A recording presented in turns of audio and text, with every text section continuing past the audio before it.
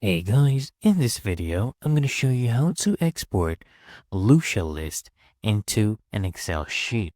So I'm currently logged in to my Lusha, and if I come here on the left-hand panel, all the way down here, you'll see your lists. So I will go ahead and open up Outreach right here, and here I have about 25 contacts.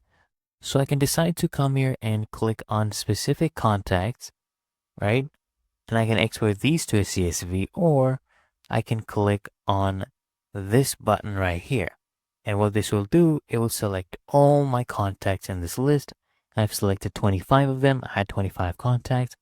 And you just come here and click on export to CSV, and it has successfully exported, and you'll see it has also downloaded the CSV file. So I'm going to open up this in an Excel. Here we go. And that is how, guys, you extract and export the Lusha list into Excel.